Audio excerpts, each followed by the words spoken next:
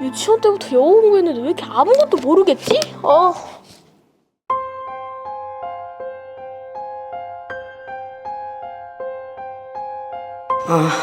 내 월급은 그대로인데 대출 이자는 쌓여만 가고 어떡하냐 진짜.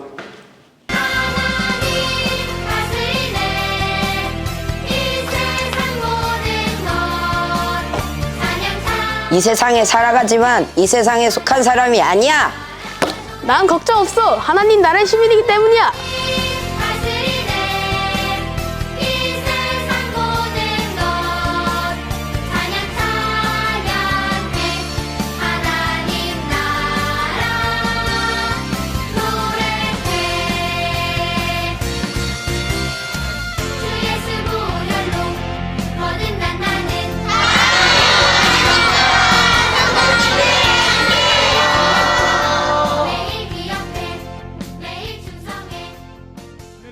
저는 룩스키즈 유초등부에서 아이들과 함께 예배 드리고 있는 최원재 목사입니다. 오늘 이 자리에서 우리 룩스키즈 여름성경학교 이야기를 하기 전에 제가 두 가지에 대해서 먼저 한번 이야기해 보려고 하는데요. 첫 번째는 다음 세 가지 힌트를 제가 먼저 제시해 드릴 테니까 유추해 보시기 바랍니다. 첫 번째입니다. 이것은 공부를 잘하는 데 도움을 준다고 알려져 있다. 두 번째입니다. 이것은 만 18세 사이에서 매년 10월에서 11월마다 처방이 크게 늘어난다. 세 번째입니다. 이것은 강남구, 송파구, 서초구, 노원구에서 많이 처방된다. 혹시 뭔지 알고 계실까요? 예, 맞습니다. 잘 알고 계시네요. 세 가지가 공통적으로 설명하는 것은 바로 ADHD 약입니다. 이 ADHD는 주의력 결핍 과잉 행동 장애라는 질병의 약자죠. 이 질병을 가진 사람들은요, 학습이나 기타 활동을 할 때 온전히 집중하지 못하는 모습을 보이게 됩니다. 그래서 다른 사람의 이야기에 집중하지 못하고 맥락 없이 말을 끊거나 자신의 순서까지 기다리지 못하고 갑자기 끼어들기도 합니다. 때로는 불안해하거나 불완전한 모습을 보이기도 합니다. 이 이야기를 조금 더 실감나고 또한 와닿게 보시려면 요즘에 화제가 되고 있는 드라마 혹시 참교육 아시나요? 그 참교육 7화를 보시면 조금 더 이렇게 실감나게 느끼실 수 있습니다. 거기 보시면 어떤 이야기가 나오냐면 고3 수험생 자녀를 둔 어머니가 있는데요. 이 어머니가 처음에는 ADHD 약으로 시작했다가 나중에 그 아이에게 마약을 가져다 주게 돼요. 근데 이 마약을 먹으면서 이 아이가 막 피를 토하고 이제 생사를 오가는 그런 와중에 병원에 입원하게 됩니다. 병원에 입원해 있는 와중에 그 어머니가 이렇게 얘기해요. 수능이 얼마 남지 않았으니까 수능 보고 그 약을 끊겠다. 그 어머니가 그렇게 이야기합니다. 나의 자식이 생사를 오가고 있는 그 와중에 그 약을 끊지 못하겠다라는 거죠. 왜 그랬을까요? 좋은 대학교, 좋은 직장에 가야 되기 때문에 그런 것을 끊지 못했다. 사실 근데 그게 실화라는 것이 좀 저에게 가슴 아프게 다가왔습니다. 두 번째는 2025년 한창 언론을 통해 보도되었던 영유금지법입니다.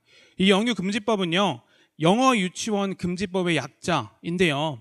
36개월 미만 영유아에게 영어 등 교과 연계 교습을 금지하고 36개월 이상 미취학 아동에게는 하루 40분으로 제한하되 이를 위반할 경우 영어 유치원의 교습을 정지하거나 등록을 말소하는 등의 행정 조치가 가능하게 하자는 내용이 담겨 있습니다.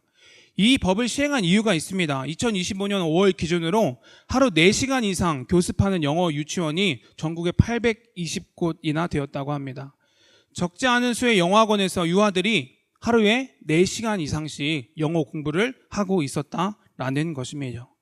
이 두 가지 이야기를 제가 접했을 때 이런 질문이 생길 수밖에 없었습니다. 왜 약을 복용하면서까지 공부를 하고 또 부모들은 왜 그렇게 공부를 시키는가? 또 한창 뛰어놀아야 할 유아들에게 왜 영어 공부를 강요하고 시키려고 하는가?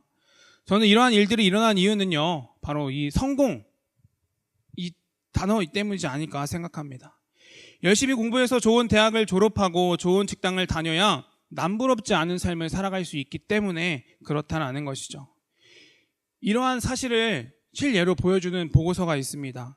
국내 대형은행에서 보통사람 금융생활 보고서 2024를 발표했는데 경제 활동을 하는 모든 세대에서 직장을 선택할 때 가장 중요한 것을 연봉으로 이야기하고 있습니다.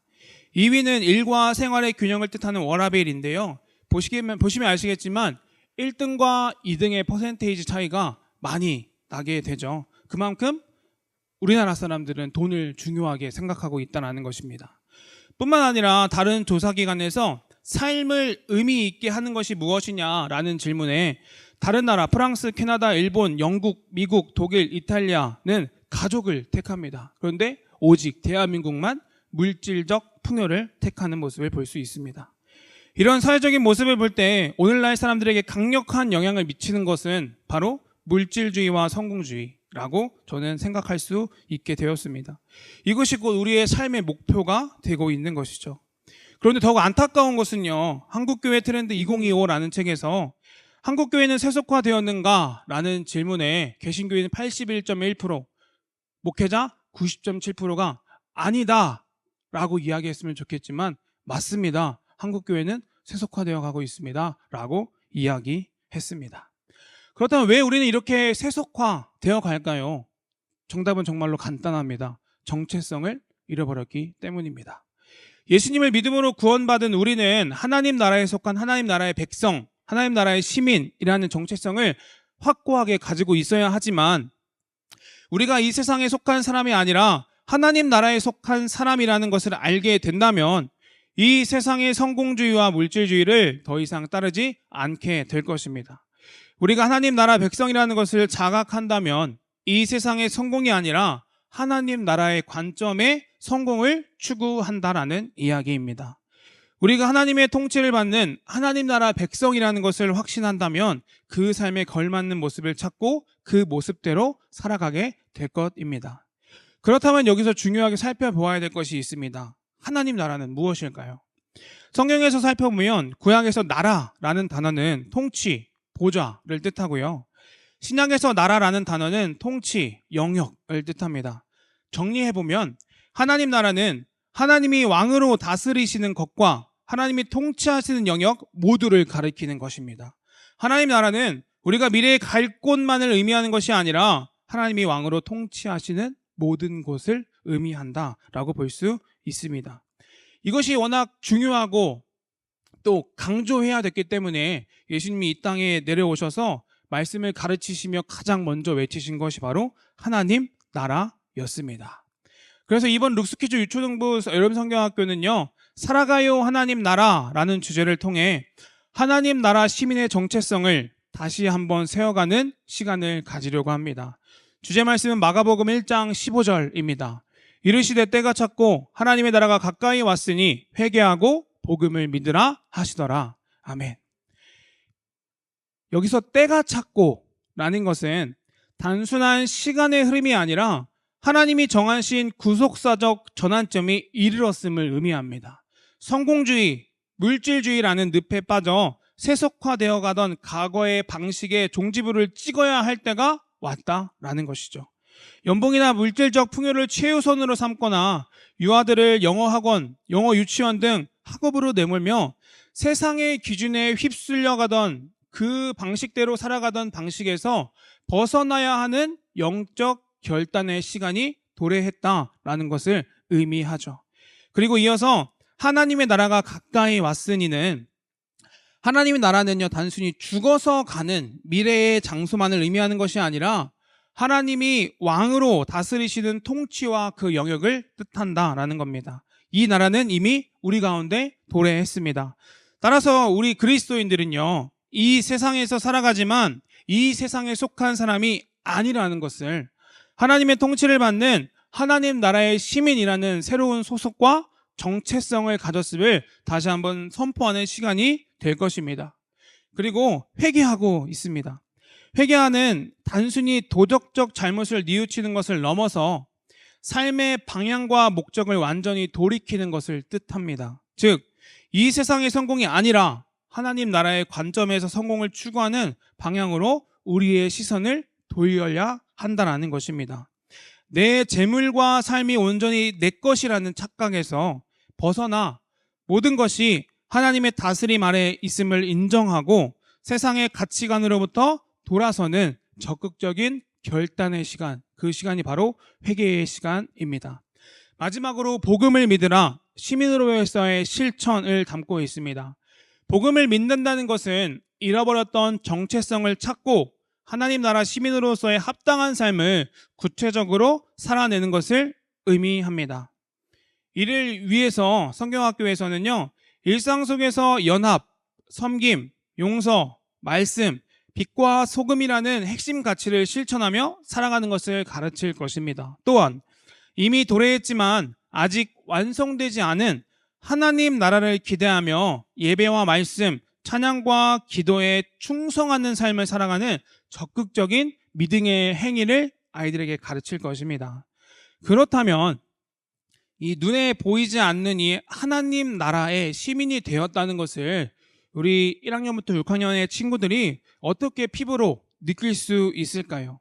이 정체성을 그저 머리로만 배우는 것에 그치지 아니하고 아이들이 성경학교 기간에 직접 몸으로 겪으며 또 몰입할 수 있도록 아주 특별한 장치를 마련했습니다.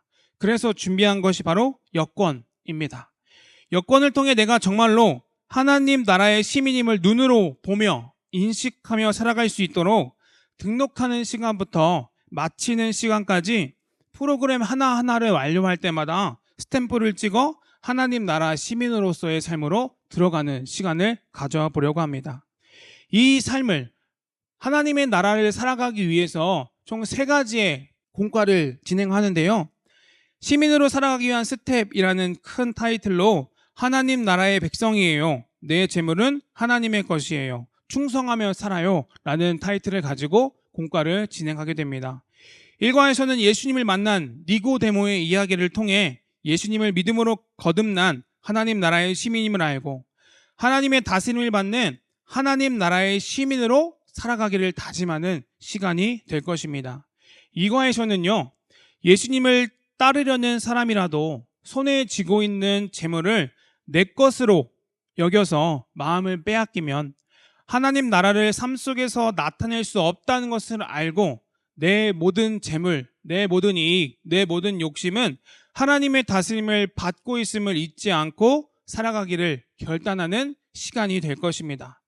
마지막 3과에서는요, 다스림을 받고 나의 삶의 우선순위를 하나님께 두기로 다짐했던 그 아이들이 이 세상에서 하나님 나라의 시민으로 무엇에 충성하며 살아갈지 생각합니다.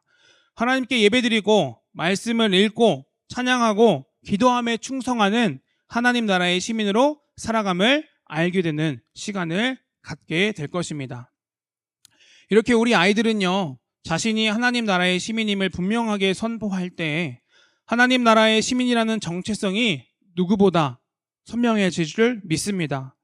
우리의 선포가 믿음의 고백이 되어 은혜와 공의가 가득한 하나님의 다스림이 우리 삶에 나타나게 될 줄 믿습니다. 그리고 어려움 가운데 가득한 세상에서도 우리 그리스도인을 향한 하나님의 나라를, 하나님의 꿈을, 하나님의 뜻을, 하나님의 소망을 잃지 않으며 나아가게 될 줄 믿습니다. 이미 임했지만 아직 완성되지 않은 하나님의 나라를 위해 하나님 나라의 시민으로 충성하며 살아갈 수 있는 우리 유초등부, 우리 룩스키즈 아이들 될 수 있도록 기도해 주시기를 간절히 부탁드립니다.